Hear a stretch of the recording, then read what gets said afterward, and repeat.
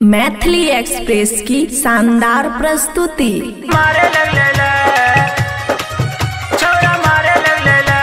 खुशी recording studio बलुआहा। मनीष रक्सौल। छोरी हो गया लसियन छोरा मारे लगलेला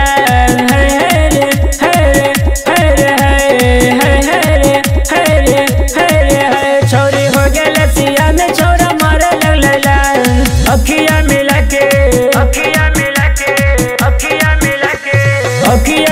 के और कौन खिंचला के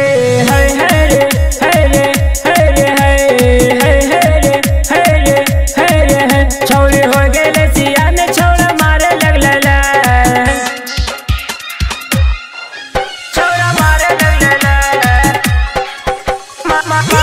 मनीष रक्सौल।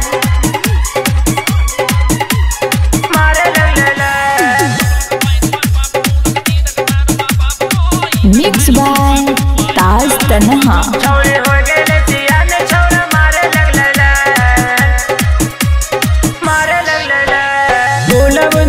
लागे उठवा के ललिया छोरा सब कर सो है देख के सूरतिया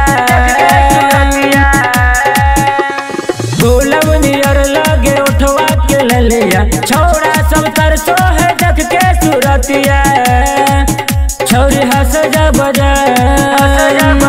छोरी हंस जब छोरा मार हटब हाय हाय रे हाय रे हाय रे हाय हाय रे छोरी हो गेल सियान छोरा मारे लगलेला हाय हाय रे हाय रे हाय रे हाय रे मारे लगलेला छोरा मारे लगलेला। खुशी रिकॉर्डिंग स्टूडियो बलुआहा। मनीष रक्सौल। चमक चमक चले छोरा बेहाल है गोरे गोरे गाल ओकरे समझे संबल है चमक चमक चले छोरा बेहाल है गोरे गोरे गाल ओकरे समझे संबल है छोरा कमार है छोरा कमार है देखी छोरी मुस्कान हाय हाय रे हाय रे हाय रे हाय छोरे भगल सियान छोरा मारे लगलेला हाय हाय रे हाय रे हाय रे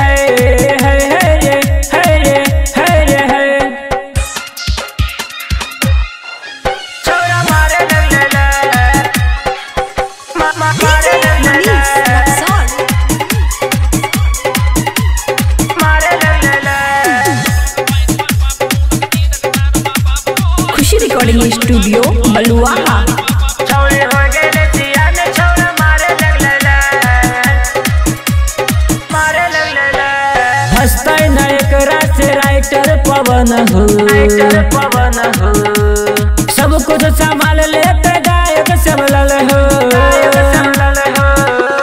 हंसते न एकरा से राइटर पवन हो सब कुछ संभाल लेते गायक संभल हो तो नजर घूम के तो नजर घूम के करे चाहे बवाल है रे है